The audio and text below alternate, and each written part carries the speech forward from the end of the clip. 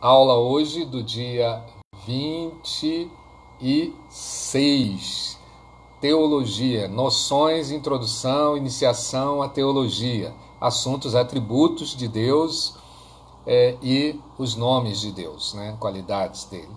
Então, como dizendo, eu vou ler aqui alguns textos bíblicos. Salmo 99, verso 3, diz assim: Louvem o teu nome, grande e tremendo, pois és santo. No Salmo 74, versículo 7, a Bíblia diz assim: lançaram fogo no teu santuário, profanaram, derrubando-a até o chão, a morada do teu nome. Né? Olhe bem a importância, né, de ter essa percepção. Salmo 79, versículo 9, a Bíblia diz assim: ajuda-nos, ó Deus, da nossa salvação, pela glória do teu nome. E livra-nos e perdoa os nossos pecados por amor do teu nome. Né? Outra coisa muito importante. Salmo 89, versículo 16 do Salmo 89 diz assim: em teu nome se alegrará todo o dia e na tua justiça se exaltará.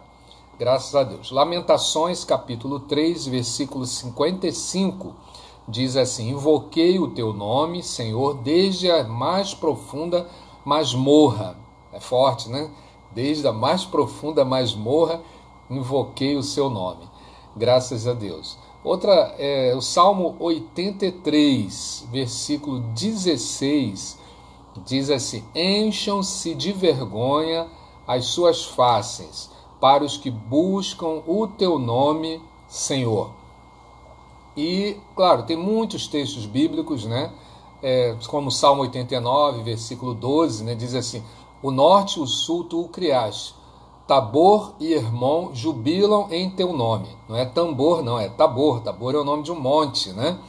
Um monte realmente celebrado. Tem até uma congregação em Imperatriz chamada Monte Tabor, né? Muito famosa lá em Imperatriz. E o Salmo 140, versículo 13, a Bíblia diz lá assim: assim os justos louvarão o teu nome, os retos habitarão na tua presença. O Salmo 25 também, versículo 11, por amor do teu nome, Senhor, perdoa a minha iniquidade, pois é grande, a minha também. Então, o Salmo 44, versículo 8, né, diz assim: em Deus nos gloriamos todo dia e louvamos o teu nome eternamente. É uma canção, né? Canção que está lá no Salmo 44, verso 8. No Salmo 92, versículo 1, né? Diz assim: bom é louvar ao Senhor e cantar louvores ao teu nome, ó Altíssimo, né? Salmo 92, verso 1. Em Gênesis, né? Em Gênesis nós temos uns exemplos assim de como começa essa questão do valor do nome, né? O valor do nome. Por quê? Em Gênesis 17, verso 5, né? É aquele período em que Deus muda o nome de Abraão, né? E não se chamará mais o teu nome Abrão, mas Abraão será o teu nome, porque por pai de muitas nações te tenho posto. Então, essa questão do nome, ela é muito importante porque ela está vinculada a um aspecto essencial da natureza de Deus chamada adoração, ok? Por quê? Hoje as pessoas utilizam o nome de Deus assim de forma assim aleatória, né? Na verdade, no Brasil as pessoas não dão muita importância ao nome. Elas não se preocupam muito com o nome, só querem ver se é bonito, se soa bem, se é simpático, se está na televisão, na mídia, e elas usam esses nomes. Mas no passado ninguém colocaria qualquer nome assim nas pessoas, e às vezes aqueles nomes que são tão grandes que aparecem na Bíblia, todos eles têm um significado, todos eles têm uma espécie assim de roteiro, né? Por exemplo, muita gente usa o nome Cláudio, né? Cláudio é um nome bonito, né, pastor Edmar? Cláudio, né? A gente fala assim, Cláudio, né? É nome, mas Cláudio quer dizer coxo, quer dizer manco, entendeu? Aí muita gente nem liga, mas porque acha tão bonito o nome Cláudio, né? Que foi também o nome de um famoso guerreiro, né? Mas Cláudio quer dizer coxo, quer dizer manco, né? Tem pessoas que colocam o nome de uma pessoa de André, né? André quer dizer viril, né? Valoroso, né? Corajoso, né? Mas está falando da virilidade masculina. Mas muita gente acha bonito colocar o nome da filha de Andréia. Bota a filha de André. Quer dizer, a gente nem liga, né? Ah, mas Andréia, é tão bonito o nome. Mas André quer dizer uma pessoa viril, quer dizer masculinidade, entendeu? Masculinidade. Claro, você não vai sair por aí falando essas coisas que vai criar confusão, né? Como, por exemplo, também tem o nome Caleb, né? Caleb quer dizer cão, né? Cachorro, né? Cachorro. Aí as pessoas dizem, não, mas meu nome do seu filho, Caleb, é tão bonito o nome. Você sabe o que quer dizer Caleb? Não, não sabe o que quer dizer Caleb. Caleb quer dizer cão, cachorro, para guerra, para batalha, né? Para essas realidades.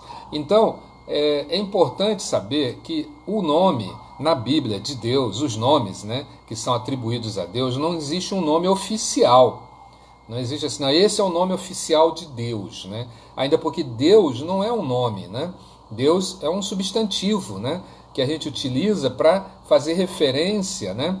À divindade, né? A divindade. Então, Deus. Então, para nós, a gente usa só o nome Deus, que para nós só existe esse Deus. Então, todos os outros que estão por aí com D minúsculo, né?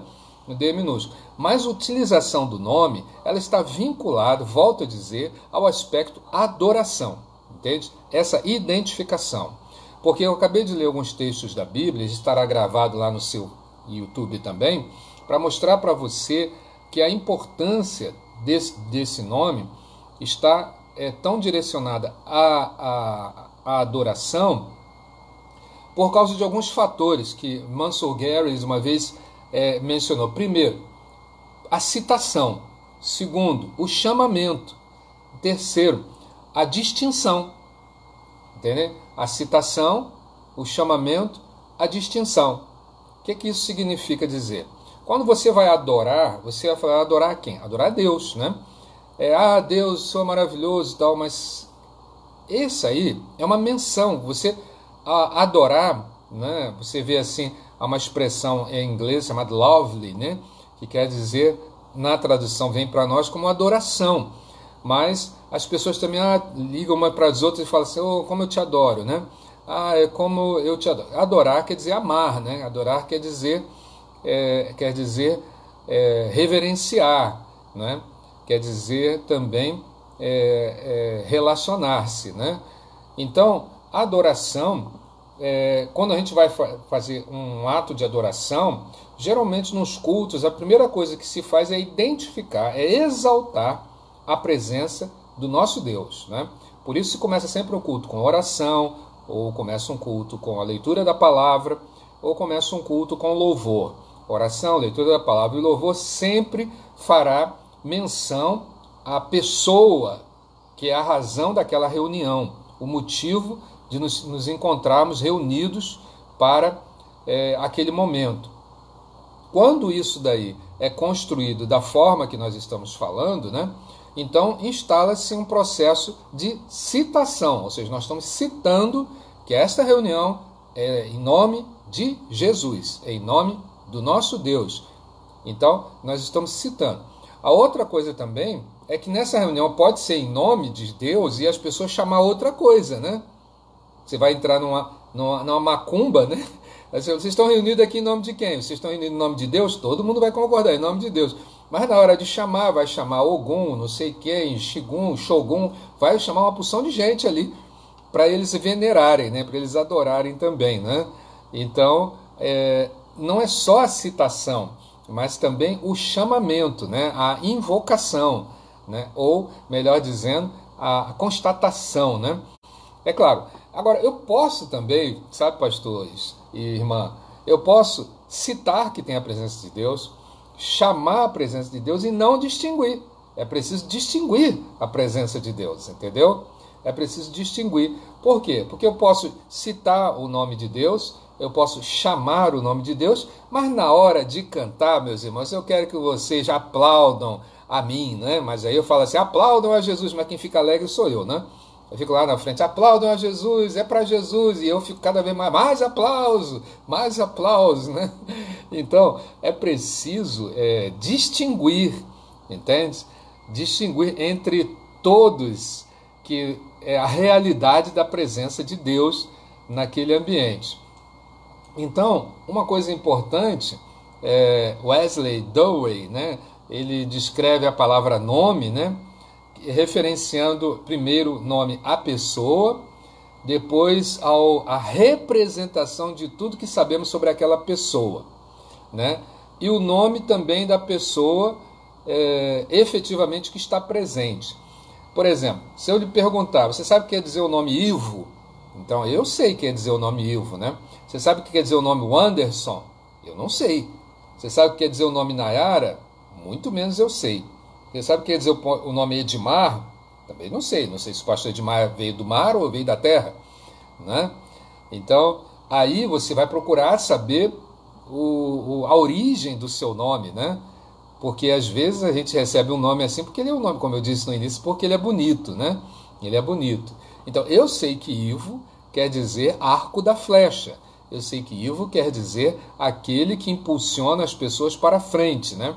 Então, isso daí, eu, de certo modo, consegui pesquisar, saber.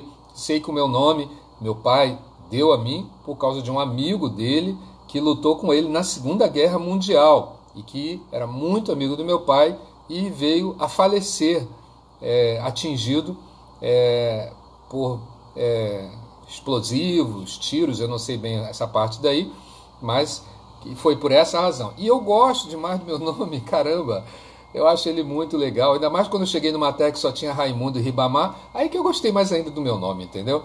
Para onde eu ia tinha Raimundo, era Ribamar, Raimundo, lá em São Luís, né? Na época que eu cheguei, né? E aí os nomes mais diferentes estavam naqueles novos que nasciam na igreja, né? Aí apareceram os Isaías, coisas assim.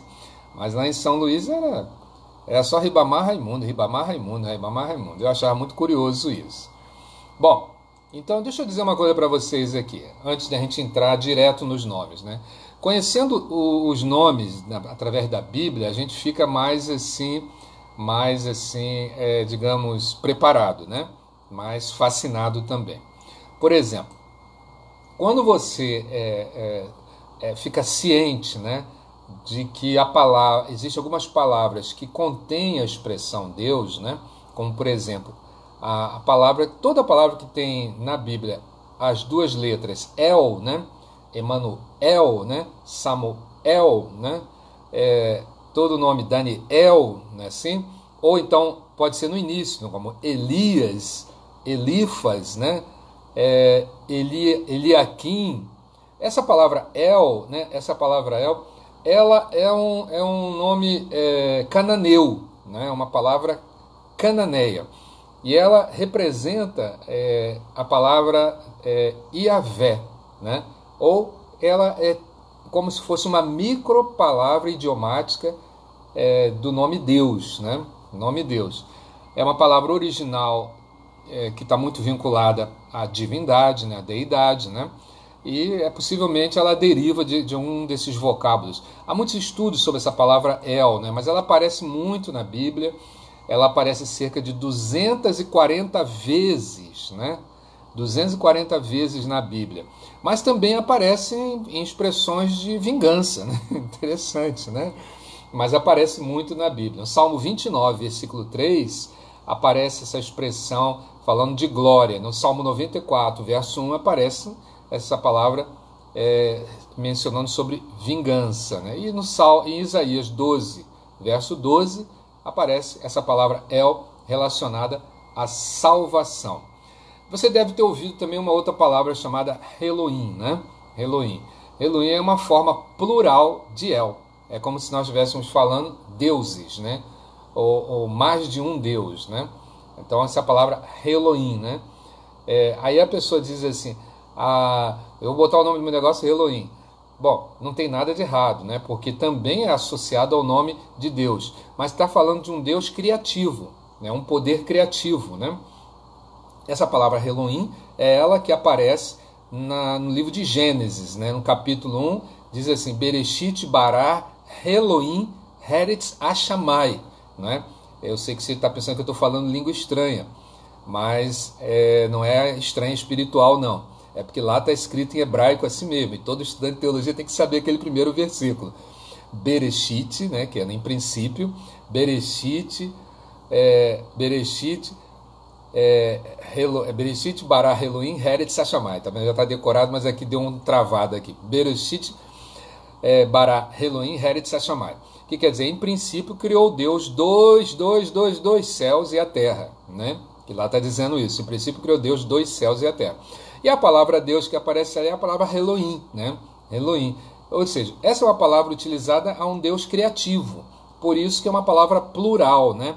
Então muita gente pensa que está falando de vários deuses. Não, aquilo ali é um princípio assim que Moisés recebeu essa revelação, sem entender plenamente, claro, né? Mas muito mais que a gente. Já estava mostrando que havia uma trindade, né?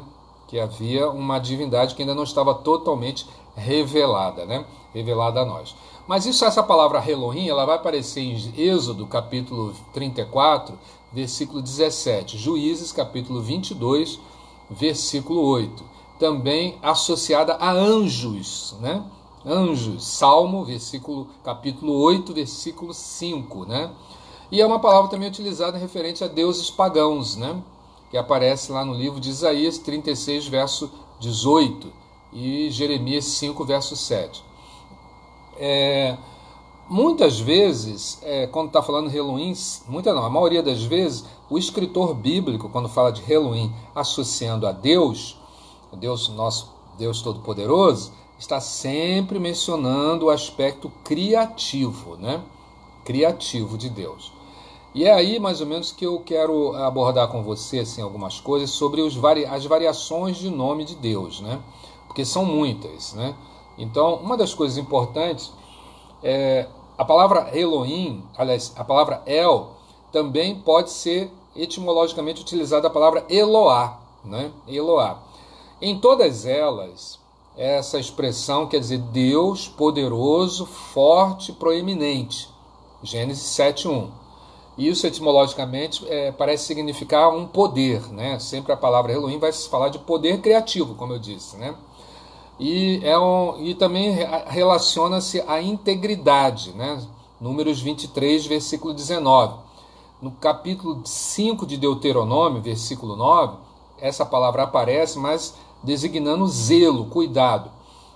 A palavra também, El ou Eloá, ela aparece em Neemias, capítulo 9, versículo 31, com um sentido de compaixão, né? Compaixão criativa, edificante, né? Voltando à palavra Elohim, né, que já falamos muito dela aqui, é uma palavra muito importante, né? Ela significa muitas coisas, entre elas o Deus Criador, poderoso e forte. É o resumo melhor que tem. Deus Criador, poderoso e forte, né? Gênesis 17, versículo 7, Jeremias 31, 33, né? Existe uma expressão de uma palavra também associada a Deus, que é o caráter de Deus também, que é a palavra El Shaddai, né? Viu? Lembra que eu falei que tinha aquela palavra El no início? Deus quer dizer Deus, El, né? Então, El Shaddai. O que quer dizer El Shaddai? El Shaddai quer dizer Deus Todo-Poderoso, né? Deus Todo-Poderoso. E aparece muitas vezes essa palavra El Shaddai na expressão de o poderoso de Jacó, né? O poderoso de Jacó, que está lá em Gênesis 49, versículo 24, e no Salmo 132, versículos 2 e 5. Né? Fala de um poder supremo de Deus sobre todos nós, né? Sobre todas as pessoas e em todos os tempos. Né? Então El Shaddai está muito vinculado a Deus Todo-Poderoso. Existe uma outra palavra, né, que designa o nome de Deus com um nome muito famoso, né, muito conhecido, chamado Adonai, né? Adonai. Então, Adonai é a palavra que quer dizer simplesmente Senhor. Só quer dizer isso, Senhor, Adonai. Mas vejam que ela tem uma implicação. Adonai era usado, porque os judeus usavam a palavra Adonai, porque não queriam usar o nome Yahvé. Né? Por quê? O nome Yahvé era um nome por eles e pela Bíblia considerado sagrado. Né? Sagrado. Hoje muita gente usa Yahvé de brincadeira aí, né? Yahvé Jireh, né? Essas coisas assim, né? E bota até em nome de comércio, né? Eles tinham o cuidado de não usar o nome Yahvé. Então eles substituíam pelo nome Adonai, que é uma expressão hebraica, né, que significa Senhor, né? Apenas isso, a palavra é Senhor. Eles eram uma palavra Senhor, mas no sentido sagrado. Não era Senhor, bom dia Senhor, não, qualquer um aí na rua, não. Era uma expressão uma expressão sagrada. Ela só era usada a palavra Adonai quando se tratava de Deus.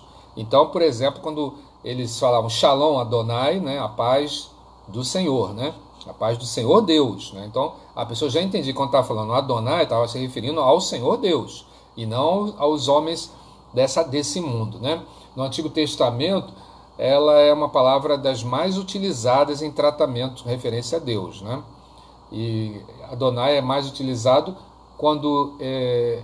principalmente quando o judeu queria falar de Deus para os gentios, para aqueles que não eram judeus, né? Então, quando eles iam falar para os gentios, eles usavam a expressão Adonai, para que não houvesse confusão, né? E internamente os judeus ainda usavam entre si, nas sinagogas, no templo, nos ensinos, a palavra Yahvé, ou Javé, ou aquele chamado tetragrama sublime, né? É YHWH, né? Que mal traduzido vem para nós com a expressão Yahvé. E essa palavra então, Yahvé, ou Yahvé, né? Ou melhor traduzindo, Jeová, né? A palavra Jeová, que é a palavra, o nome, né, que era considerado sagrado, né? Nós tivemos um prefeito Jeová que tinha 3 famílias, né? Quer dizer, eu acho que ele não honrava muito o nome dele, né? Mas estava lá, era Jeová, né? Todo mundo chamava, Jeová está aí e tal, e está aí até hoje o Jeová, né? Mas não é o Jeová Todo-Poderoso, claro, né? Era um único nome, na realidade, que era tido como um nome próprio para Deus. Essa palavra Jeová, ou Yahvé, ou o tetragrama sublime YHWH. Essa palavra, contendo essas letras, né, Adonai, Yahvé, ela é uma revelação que foi entregue por Moisés. Moisés que entregou essa revelação do Yahvé. Ela está lá em em Êxodo, capítulo 3, versículo 14, né? Quando Moisés pergunta, quando ele for falar com o faraó, ele vai falar de quem, né? Aí ele ouve a expressão, eu sou o que sou, né? Que é essa palavra traduzida por Yahvé ou Jeová, né? Estes nomes especificam uma imediata presença de Deus, quer dizer, Deus está presente instantaneamente, entende? E em todo lugar, isso quer dizer a palavra Yahvé, né? Ele está presente, ele está acessível, ele está perto de todos que o invocam para livramento. Salmo 107, versículo 13, né? Também está falando de um Deus tão poderoso que tem capacidade de perdoar como ninguém consegue perdoar, né? Salmo 25, versículo 11. E capaz de orientar, dirigir os passos, guiar as pessoas. Essa palavra também é usada no Salmo 31, versículo 3, né? Salmo 31, versículo 3. Outra expressão também muito forte, né, é o nome Jeová Jiré, né? Jeová Jiré. Então, o Jeová Jiré é muito usado, muita gente diz, o Senhor proverá, o Senhor proverá, o Senhor proverá. As pessoas pensam que o Senhor proverá é como se fosse um Papai Noel, né? O Senhor proverá, né? Mas é uma palavra muito mais profunda do que simplesmente proverá. Mas vamos ficar com proverá, para não criar tanto polêmica assim. É uma palavra que aparece em Gênesis 22, versículo 14. É o nome utilizado por Abraão. Abraão é que ele utiliza esse nome naquele famoso sacrifício de Isaac, né? Ele utiliza esse nome, Jeová Jiré, né? O Senhor proverá. Só que o termo correto é o Senhor proverá para si, o Senhor providenciará para si, né? Quer dizer, ele está falando, eu estou trazendo aqui meu filho, mas eu tenho convicção de que o Senhor vai providenciar para si um cordeiro, né? E ele continuou subindo, acreditando, e foi até o limite, né? Ali é uma demonstração de fé extraordinária. Nós não temos muitas expressões de que Abraão estivesse orando, mas tivemos muita expressão de Abraão se relacionando com Deus, né? Que é algo muito interessante, né? Muito interessante, relacionar-se com Deus. A gente tem esse relacionamento pela oração e leitura da palavra. Mas Abraão não tinha palavra escrita, E não se tem muito histórico de Abraão orando, como foi o caso de Moisés, que orava muito, né? Para nós muito, para mim muito, né? Porque Moisés e Josué, o discípulo dele, eram homens que a gente vê na Bíblia, só comparado a eles, só Jesus mesmo, né? Só Jesus e Elias também, né? Pessoas assim que oravam muito mesmo, mas muito, muito, muito, muito mesmo. Por isso Moisés, Elias, né? E Jesus eu reputo como as pessoas que mais oraram na Bíblia. Mais oraram.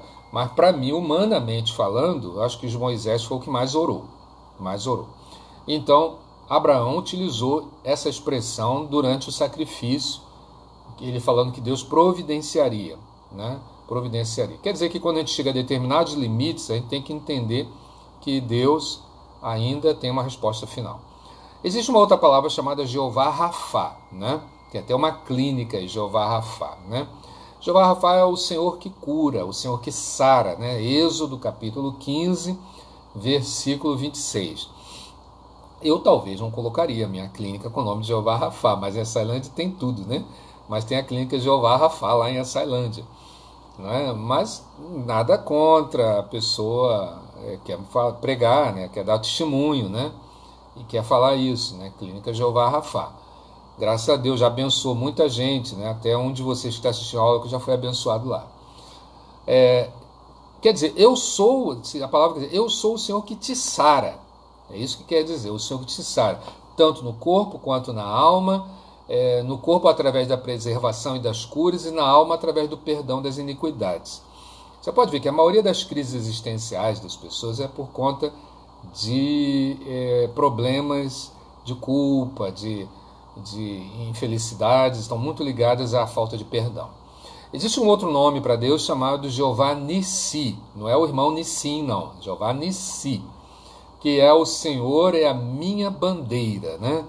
Voltamos então para Êxodo, capítulo 17, versículo 15, onde por bandeira entende-se um lugar de reunião antes de uma batalha. Olha só, né? Tem gente que pensa assim, né? O Senhor é minha bandeira, aí vou botar uma bandeira em casa, né? O Senhor é minha bandeira. Não, ali está querendo dizer o Senhor é minha bandeira, nós nos reunimos para uma guerra, para uma batalha. E quem está no lugar mais alto é o Senhor. Aí usava-se essa expressão, né? Como os generais e os militares, antes de uma batalha se reuniam, eles fincavam uma bandeira, né? Botavam aquela bandeira. Ali Moisés usou essa expressão para se referir naquela luta contra os amalequitas, né? Para se referir a Deus como sendo Ele a nossa bandeira, né?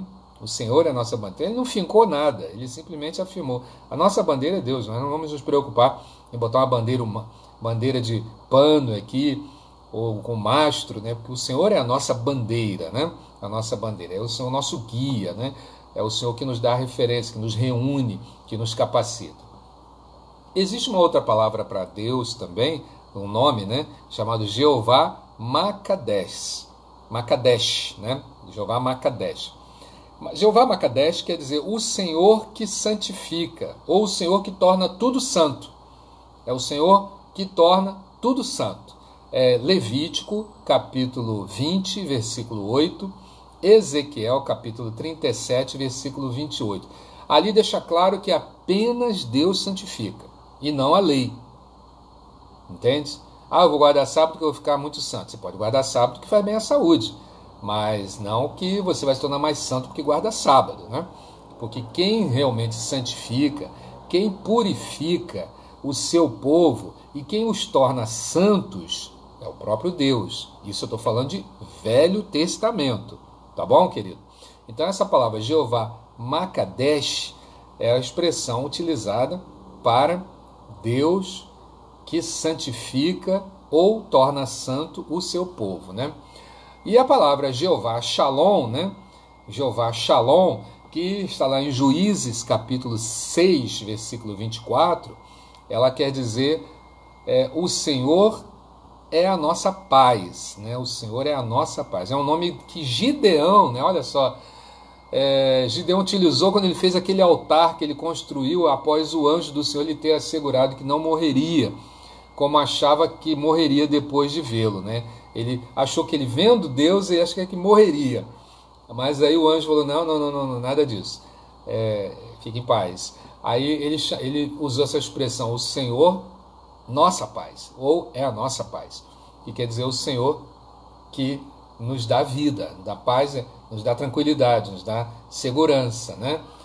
Quer dizer, ele viu e vislumbrou, né, a presença de Deus através de seu anjo, e ele pensou que ia morrer, né? Mas aí veio essa expressão, o anjo acalmou o coração dele e ele chamou Jeová Shalom, né? Ou seja, Jeová, nossa paz. Existe uma outra expressão chamada Jeová Elohim, né? Não é o Elohim, é o Elohim, que é uma expressão usada muito também em Gênesis capítulo 2, versículo 4, né?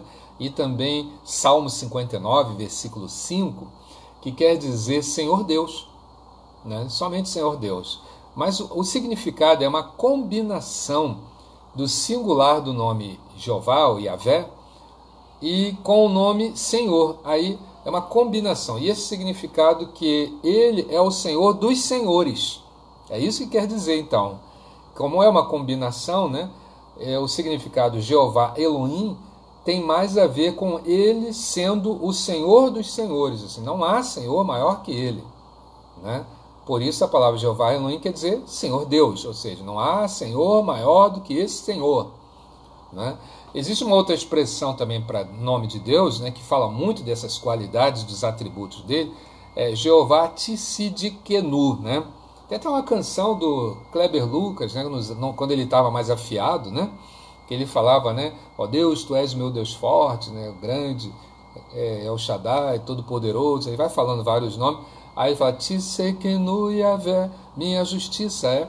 A palavra Jeová Tsidkenu, tá bom? Tsidkenu, quer dizer, o Senhor, nossa justiça. Essa é a palavra. Jeremias, que utiliza essa expressão em Jeremias 33, versículo 16. Acontece que esse Jeová, a mesma coisa que acontece em Jeová Makadesh, né? Vai acontecer que só Deus proporciona justiça para o homem. É isso que ele quer dizer. Esse Jeová Tsidkenu, só Deus pode providenciar a verdadeira justiça para o homem. É isso que está buscando ensinar, né? Em última instância, não tem aquele juízo de primeira instância, segunda instância, Supremo Tribunal, não. Ali está dizendo, só Deus pode proporcionar, pode realizar a verdadeira justiça para o homem. E a última de todas as melhores e maiores, né, foi a vinda do seu próprio Filho Jesus, onde ele se tornou pecado no nosso lugar. Então, o que aconteceu quando Jesus se tornou pecado? Toda aquela justiça que havia nas pessoas, né, elas procuravam rolinhas, pombos, carneiros, animais para sacrificar anualmente pelos seus pecados. Aquilo tinha que ser renovado todo ano, e muitas vezes era renovado, as pessoas tinham uma incessante prática de sacrifício de animais, derramamento de sangue para ter remissão. Mas não tinha justiça plena. Então, veio a justiça plena um dia, de uma vez para sempre e por todas, como diz no livro de Hebreus, né? De uma vez por todas e para sempre. Então, Deus enviou o seu Filho, e este realizou um sacrifício definitivo, um sacrifício insubstituível. Então, por essa razão, o nome Jeová Tsidkenu representa que um dia Deus faria uma justiça que nenhuma justiça humana foi capaz de fazer, nem pela religião, nem fora da religião, nada conseguiu fazer. E essa justiça se completou na pessoa de Jesus. Você pode ver isso aí, quando Paulo diz que fomos feitos justiça de Deus, 2 Coríntios 5, 21. Então, como é que nós fomos feitos justiça de Deus? Em Jesus, quando recebemos a Jesus. Existe uma outra palavra para Deus chamada Jeová Roi, né? Nome estranho, né? Mas é assim mesmo. A palavra Jeová Roi, né? Quer dizer, o Senhor nosso pastor. Olha aí, né? Quantas vezes você falou, o Senhor é meu pastor, tão simples, né? Salmo 23, verso 1. Mas lá quer dizer, Jeová Roi, né? Rohir porque não é com dois R's, é R-O-H-I, na nossa transliteração, tá bom? Na nossa transliteração, ou seja, trazendo para uma linguagem mais pronunciável, né? Jeová Rohir. Então quer dizer o quê? É o seguinte, que depois de Davi ponderar, pensar muitas vezes sobre o seu relacionamento como pastor de ovelhas, né? Que ele era, ele percebeu que era exatamente aquilo ali que ele estava vivenciando no meio daquelas ovelhas, né? Existia uma mesma relação de Deus com o crente, com o seu povo, com o seu povo, que Deus também era o pastor, que era aquele que cuidava, que há a questão do pastor, porque tinha relacionamento com a ovelha. Então, o pastor e as ovelhas, ele não ficava simplesmente a ovelha para lá e para cá, não. Ele se relacionava com elas, né? Se relacionava. Praticamente ele conhecia cada ovelha. O verdadeiro pastor conhece cada ovelha, entende? Então, por isso a palavra pastor, que é aquele que se relaciona, guia, conhece cada ovelha e elas o conhecem. Quando ele usa alguma expressão, elas o conhecem, né? E ao conhecê-lo, elas têm segurança, porque elas sabem que ele não deixa faltar nada. Ele não deixa faltar nada. Então, por isso, Davi usou essa expressão Jeová Rohir, né? Para indicar que o Senhor era pastor. Porque ele também foi pastor e ele sofria, né? Aquela expressão dele lutar por causa de uma ovelha com ursos e leões, né? Combatendo. Era a demonstração de que Davi era verdadeiro pastor mesmo, não deixava o lobo avançar, não. Existe uma outra expressão para o nome de Deus chamada Jeová Shammah, né? Jeová Shammah, né? Que é assim que se pronuncia muito mal aqui, por sinal eu. É uma palavra que quer dizer Deus está ali, ou Deus está aqui, né? Deus presente está, né? Deus que aparece no livro do profeta Ezequiel, capítulo 48, versículo 35. É um nome que também é atribuído a Jerusalém e ao templo que tem lá, né? Então, Jeová Shammah está muito vinculada à ideia da glória de Deus no templo, que Deus está ali, está lá na casa dele. Ezequiel capítulo 8 até o capítulo 11 de Ezequiel mostra muito bem isso daí, né? E também no capítulo 44, de versículos 1 a 4, quando Ezequiel fala que Deus havia retornado para o seu templo, ou seja, Jeová Shammah, Deus estava ali de volta para o templo, né? Uma expressão que significa dizer, não que Deus não esteja, que Deus está agindo, né? Mas que ele usa essa expressão, Deus está, né? Para apenas representar, né? A identificação da presença de Deus, ok? Então Jeová Shammah, Deus está ali, ou Deus está presente, ou Deus presente está, né? Outra expressão também muito utilizada é Jeová Sabaote, né? Jeová Sabaote. Todo mundo gosta de Jeová Sabaote, né? Jeová Sabaote quer dizer o Senhor dos Exércitos, né? Isaías capítulo 1, versículo 24, né?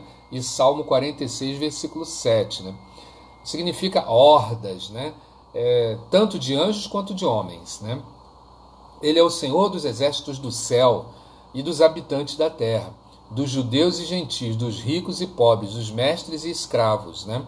O nome expressa uma majestade de Deus, um poder assim e autoridade de Deus, e mostra que ele é capaz de realizar o que determina fazer. Então Deus falou, vou fazer, ele vai fazer.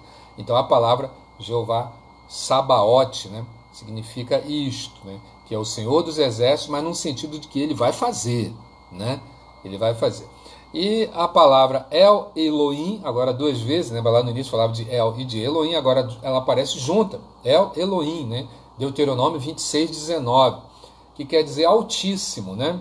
Na nossa tradução imperfeita, né? Porque ela é superior, né? Quer dizer altíssimo, que é derivado de uma raiz hebraica que quer dizer subir, ascender, né? É uma implicação que se refere a algo muito alto. Essa palavra El Elohim, né? Ou El Elion, né? Elion. A palavra mais correta é El Elion, não é El Elohim, não. El Elion, que quer dizer, que denota exaltação, falta de um direito absoluto ao senhorio, né? Então, ou seja, exaltação e fala de um direito absoluto ao senhorio. Então, Esse Deus ele é tão poderoso e tão altíssimo, né? Tão elevado, né? Que ele, por essa natureza e essa posição dele, é superior a tudo e todos que possam vir a existir ou já existiram ou existam.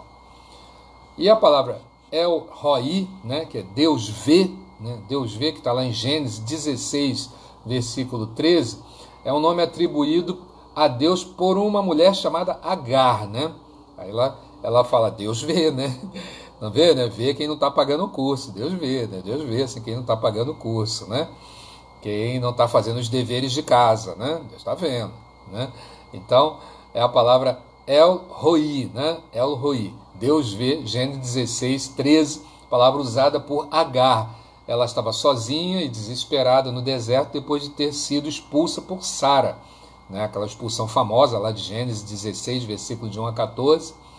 Quando ela então encontrou o anjo do Senhor, ela percebeu que tinha visto o próprio Deus numa chamada teofania, né?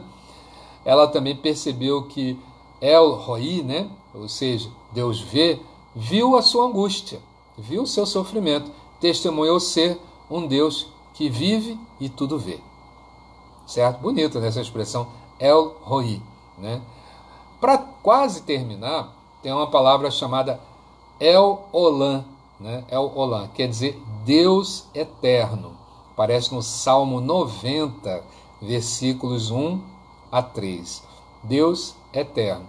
Fala da natureza de Deus, não tem princípio nem fim, nem qualquer limitação, nem de tempo nem de espaço. Deus contém dentro de si mesmo a causa do próprio tempo. De eternidade a eternidade, tu és Deus. Então, é a expressão que é usada ali no Salmo 90. Então, quer dizer, o tempo está dentro de Deus, ele contém. E o tempo que parece para nós assim, uma coisa que ninguém consegue dominar, né? Ninguém consegue dominar o tempo. Tem muita gente que tem vontade de entrar numa máquina de tempo, né? E voltar lá atrás e fazer os deveres que a gente deixou de fazer lá nas primeiras aulas, né? Mas como não tem essa máquina, vai ter que pedir ajuda ao professor, né? Eu posso fazer o quê, né? Então, mas Deus tem esse poder, né? E por quê? Porque Deus não é contado em tempo, ele é contado em eternidade. Eternidade não tem tempo, não existe tempo na eternidade. Porque se existisse tempo na eternidade, teria princípio, meio e fim. Mas como na eternidade não tem tempo, então essa ideia, essa noção que nós temos de tempo, que nós temos aqui neste mundo, é uma noção física e é uma noção mínima. Então eu sei que, por exemplo, dia 27 de dezembro, eu farei aniversário. Por isso você vai comprar uma roupa bonita para mim, por causa do tempo, né? Então quando chegar lá, o Anderson vai comprar um sapato 42 italiano para mim, a Nayara vai comprar um terno francês para mim, entendeu? E eu humildemente vou receber um carro BMW do pastor Edmar. Então isso é uma questão de tempo, entendeu? Coisinhas baratas que eu estou falando, que giram assim em torno de 100 mil, 200 mil, essas coisinhas assim, entendeu? Uma gravatinha de 44 mil reais não vai fazer mal a ninguém. Mas, voltando aqui para depois de relaxar tanto, o tempo, não existe tempo dentro do aspecto eternidade, né? Eternidade, porque na eternidade um dia é como 1000 anos para nós aqui, e 1000 anos é como um dia. Então não existe essa noção que temos de tempo, de 24 horas, de 60 minutos e assim vai. É isso que o Salmo 90 vem dizer, que a gente vê de eternidade a eternidade tu é Deus. Parece que ele está falando uma grande poesia, mas não. Ali está querendo dizer que a natureza de Deus não tem princípio. Por isso que a gente tem muita dificuldade de compreender Deus, porque nós falamos dentro de uma noção de tempo, e ele está numa realidade de eternidade.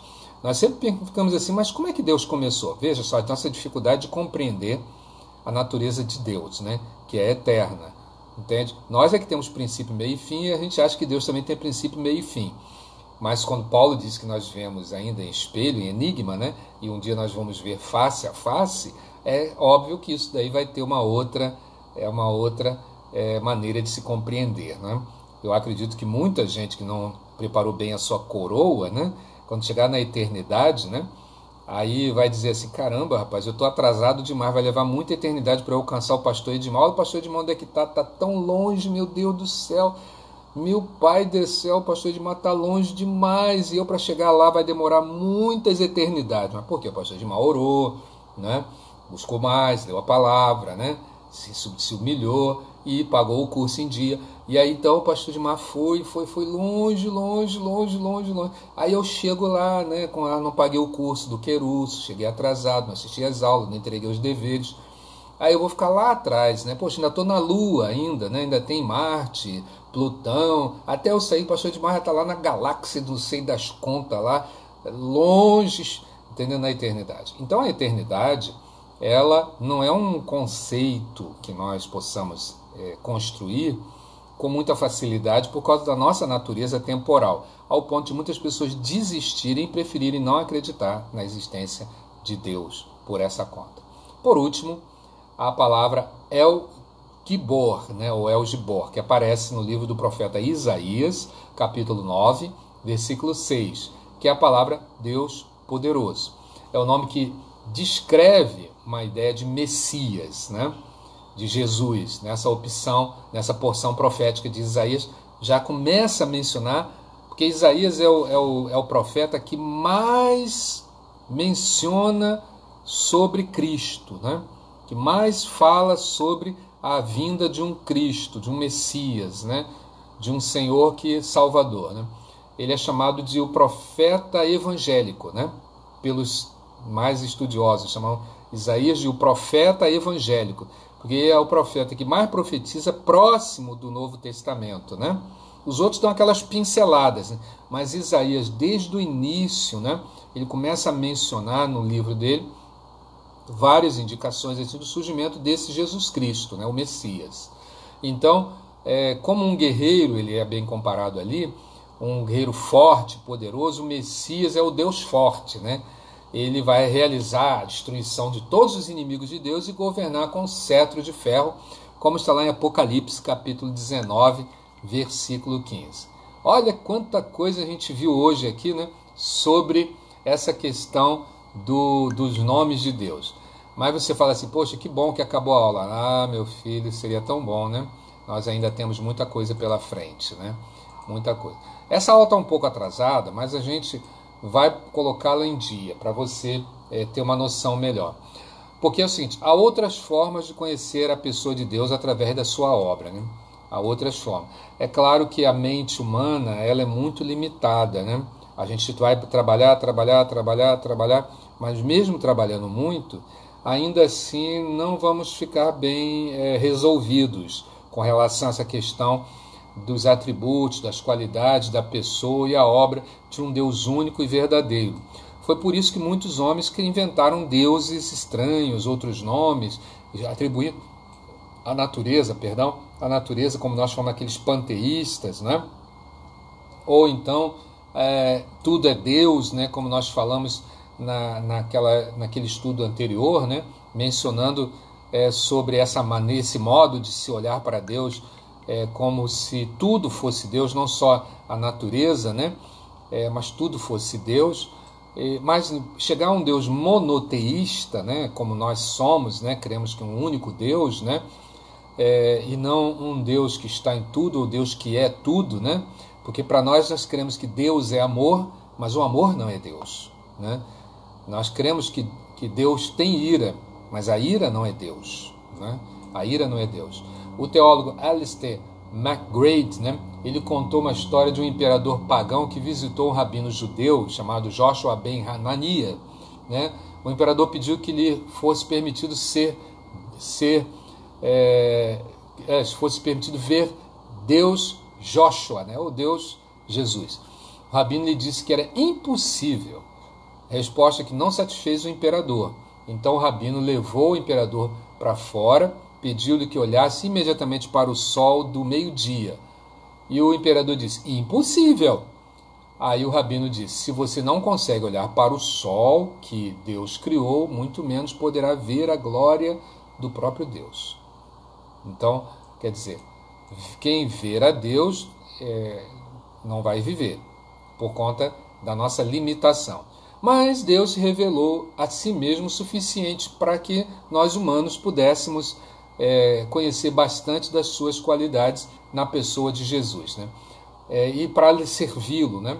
A revelação, porém, não visa somente a transmissão de conhecimentos, né? Seria muito lindo, né? Só conhecimentos, aí a gente vai para casa e viver outra vida. Não, a ideia não é conhecer a Deus e ter uma abundância de informações de conhecimento. A revelação que Deus fez de si mesmo está vinculada a um desafio pessoal, uma confrontação de caráter, né, e de vida, e uma oportunidade para cada homem reagir positivamente a essa revelação. Em outras palavras, quem almeja crescer no conhecimento e na experiência com Deus deve estudar todos os textos bíblicos com um coração disposto à adoração, ao serviço e à obediência ao único Deus e verdadeiro Deus, ao único e verdadeiro Deus. Podemos conhecer a Deus também através de seus atributos, quer comunicáveis, quer incomunicáveis. Esta é a nossa próxima aula. Agora então quero deixar aberto aí para vocês fazerem as suas perguntas e para vocês